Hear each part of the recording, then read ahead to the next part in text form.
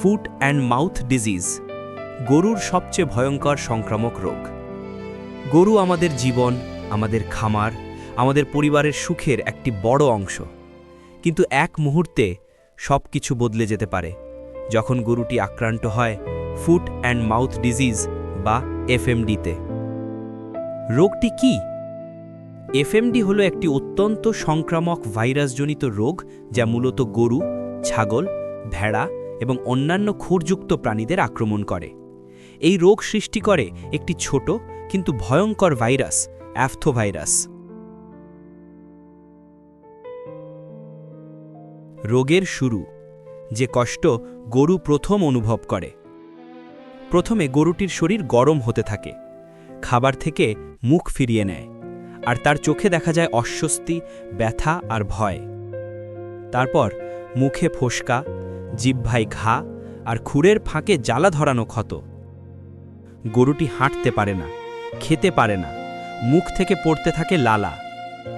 কেন এত ভয়ঙ্কর? কারণ এই ভাইরাস ছড়ায় প্রচণ্ড দ্রুত। একটি গরু আক্রান্ত হলে অল্প সময়েই পুরো খামার ঝুঁকির মধ্যে পড়ে। দুধ কমে যায়, ওজন কমে যায়, বাছুরের মৃত্যু পর্যন্ত হতে পারে। অর্থনৈতিক ক্ষতি, একবার এ রোগ ছড়ালে খামারের ক্ষতি মাসের পর মাস কাটে না। দুধ উৎপাদন কমে যায়, চিকিৎসা ব্যয় বাড়ে, আর গরুর উৎপাদন ক্ষমতা কমে যায় দীর্ঘদিনের জন্য। চিকিৎসা কি? এফএমডির নির্দিষ্ট কোনো ভাইরাসনাশক ওষুধ নেই। চিকিৎসা মূলত ব্যথা কমানো, ক্ষত পরিষ্কার রাখা এবং গরুর শরীরকে শক্ত করে রাখার মাধ্যমে করা হয়। তাই প্রতিরোধই সবচেয়ে বড় শক্তি। কিভাবে প্রতিরোধ করবেন? প্রথমত, গরুকে নিয়মিত ভ্যাকসিন দিন। দ্বিতীয়ত, বাইরে থেকে নতুন গরু আনলে আলাদা করে রাখুন। তৃতীয়ত, খামারে পরিষ্কার পরিচ্ছন্নতা বজায় রাখুন। আর সবচেয়ে জরুরি, জৈব নিরাপত্তা মানুন। গরু কথা বলতে পারে না, কিন্তু তার কষ্ট আমরা বুঝতে পারি। তার চোখের ভয়, তার হাঁটার ব্যথা, তার খাওয়া না খাওয়া সবই আমাদের হৃদয়কে স্পর্শ করে।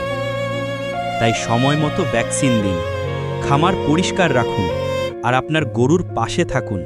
কারণ সে শুধু একটি পশু নয়, সে আপনার জীবনের একটা অংশ। সুরক্ষিত রাখুন তাকে, তাহলেই খামার হবে সুস্থ, শক্তিশালী আর ভবিষ্যৎ হবে নিরাপদ।